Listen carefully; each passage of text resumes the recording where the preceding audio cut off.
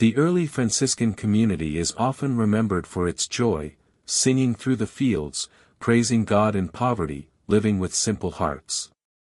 But behind these stories were years of exhaustion, fear, temptation, and profound spiritual battles. In the beginning, the brothers lived in makeshift huts. They slept on straw, shared scraps of bread, and walked miles in bare feet to preach in villages that often mocked them. They loved God fiercely. But they were human. Some struggled with temptation. Others with pride. Others with guilt buried deep within them. And then there was Brother Stefano. A man whose inner wounds would lead Francis into one of the most mysterious spiritual confrontations of his life. Tonight's story recounts all of it. Not the short version. Not the simplified version. But the full, rarely told, deeply human account handed down by Francis' companions. This is the long story of a brother's despair. A darkness that nearly consumed him.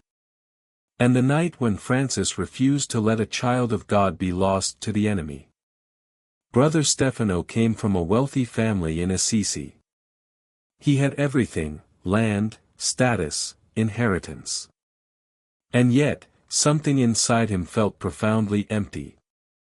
When Francis preached in the streets, barefoot, eyes glowing with faith, Stefano felt something awaken inside him, a longing for meaning, for a life that was true and unburdened by the expectations of the world. So he left everything. He gave away his inheritance. He joined the brothers with joy. But soon after entering the order, something unexpected happened. The joy that brought him there faded. The light he hoped for seemed distant. Prayer felt dry. Silence felt heavy. He watched other brothers laugh, sing, and pray with zeal. But he never felt what they felt. He hid this. He told himself, "Perhaps this is a test. Perhaps this is my cross." But inside, a seed of despair grew. Francis always taught that poverty was freeing. That letting go of possessions allowed the heart to breathe. But for Stefano, poverty brought fear. He worried constantly. What if God doesn't want me? What if Francis made a mistake letting me join? What if I've left everything for nothing? He carried all this alone. At night, while the brothers slept, he stayed awake staring at the wooden beams above him, feeling a tightening in his chest. He prayed. "Lord, let me feel you. Let me sense your presence." But the silence was deafening. One night, he whispered, "Maybe I am broken. Maybe God sees something in me that even I cannot fix." He did not know it yet. But this despair would soon open a door, not to God, but to something darker. Winter arrived harshly that year. The brothers had no proper cloaks.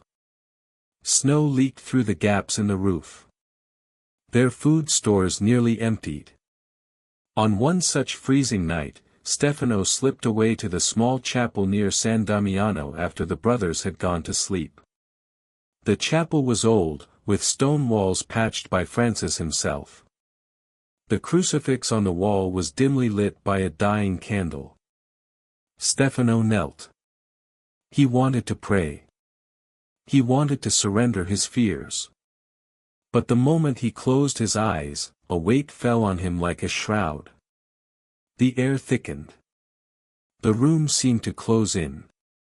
Then came the voice. Not from outside. But from inside his very thoughts. Cold. Precise. Accusing.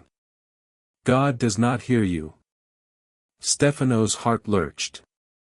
You are unworthy. You are a disappointment. Stefano gripped the wood of the pew. You should leave the brothers. You are not one of them. They will soon see what you truly are.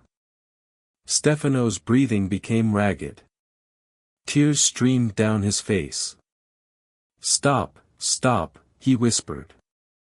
But the voice pressed harder, like icy fingers tightening around his soul. "God has rejected you. Your prayers disgust him. You are beyond forgiveness. And finally, no one will come for you." Stefano collapsed forward, overcome by terror.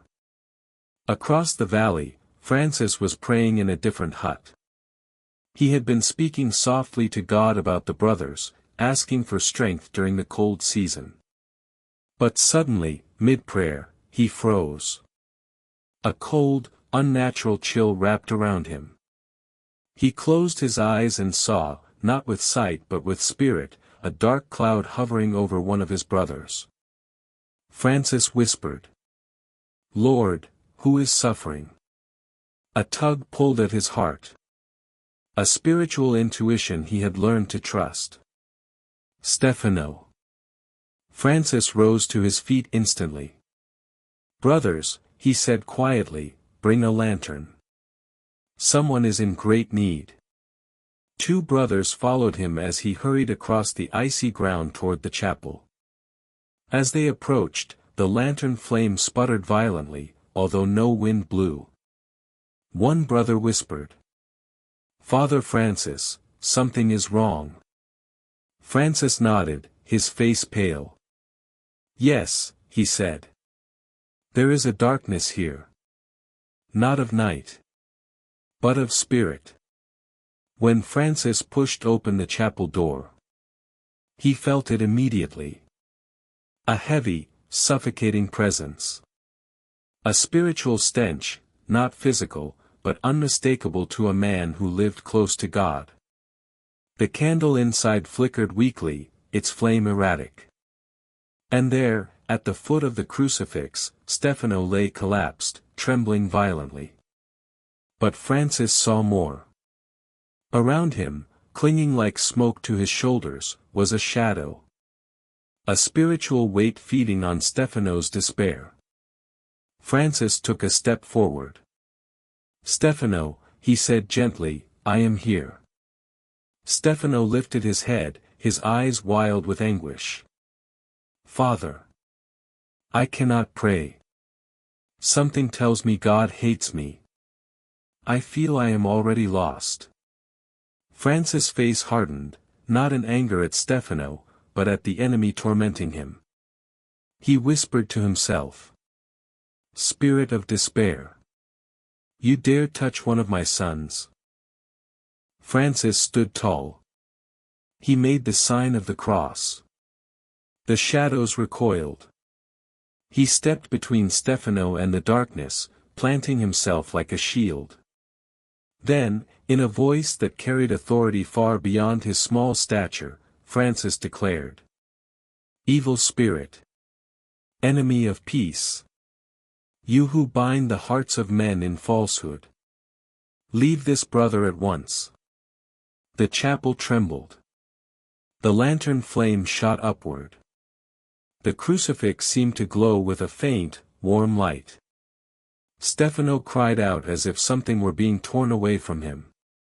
Francis continued, "You call him unworthy. But Christ calls him beloved. You tell him God rejects him. But Christ died to claim him. You whisper despair. But I speak truth." The oppressive weight suddenly surged, as though fighting back.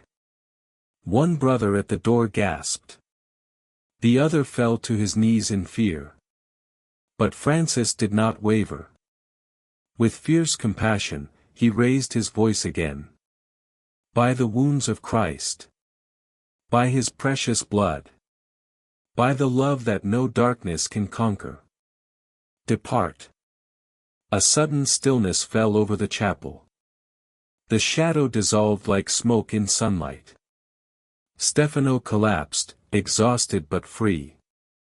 Francis knelt beside him, placing a hand on his head. "Brother," he whispered, "you are safe." Stefano began to sob, heavy, shaking, cathartic. "I thought God had rejected me," he said. Francis' eyes filled with tears. "No," he whispered. "God came to you through us. He sent us here. He does not abandon his children." Francis then turned to the brothers behind him. "Never leave a brother alone in despair," he said. "Where one is weak, the others must stand guard." Stefano was not instantly transformed. The darkness had wounded him deeply. But Francis stayed close to him in the days that followed. Praying with him. Speaking with him. Walking with him. Teaching him how to recognize the enemy's lies.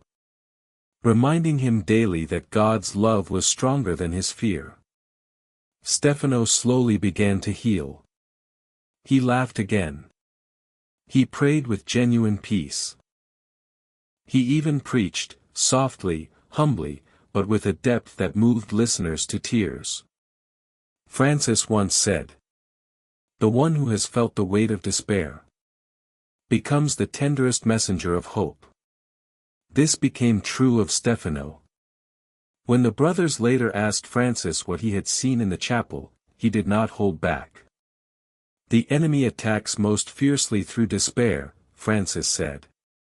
"It is the shadow that grows in silence. It is the lie that becomes believable. It is the whisper that says, 'You are alone.' But God is nearest to us when we feel most abandoned." He added, "The devil fears a soul that clings to God in darkness. So he tries to convince that soul to give up before the dawn." Stefano became one of Francis' most compassionate brothers. He spent his days comforting those who were anxious, wounded, or afraid. He was especially gentle with those who felt unworthy. Because he knew that pain intimately. He never forgot the night Francis fought for him. Once, years later, he told a younger friar, "I learned that night that God's love is not a feeling. It is a truth. And truth remains even when the heart trembles. We all battle shadows no one else sees.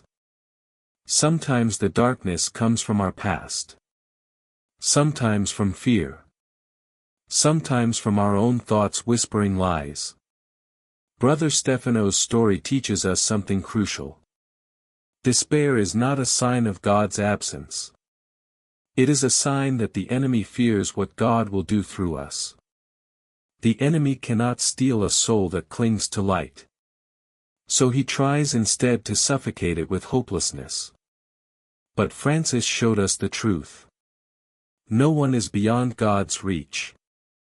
No one is forgotten. No one is unworthy of mercy. God does not wait for us at the mountaintop. He enters the valley. He walks into our shadows. He sends people, even saints, to pierce the darkness around us. And often, the holiest men and women are not those with perfect faith, but those who, like Stefano, reach out for God even when they can barely breathe. Stefano overcame his darkness not through his own strength, but because love refused to give up on him. And that is the heart of this story. Where despair speaks, grace speaks louder. Where darkness whispers, God answers. And where a soul feels most broken, heaven draws nearest.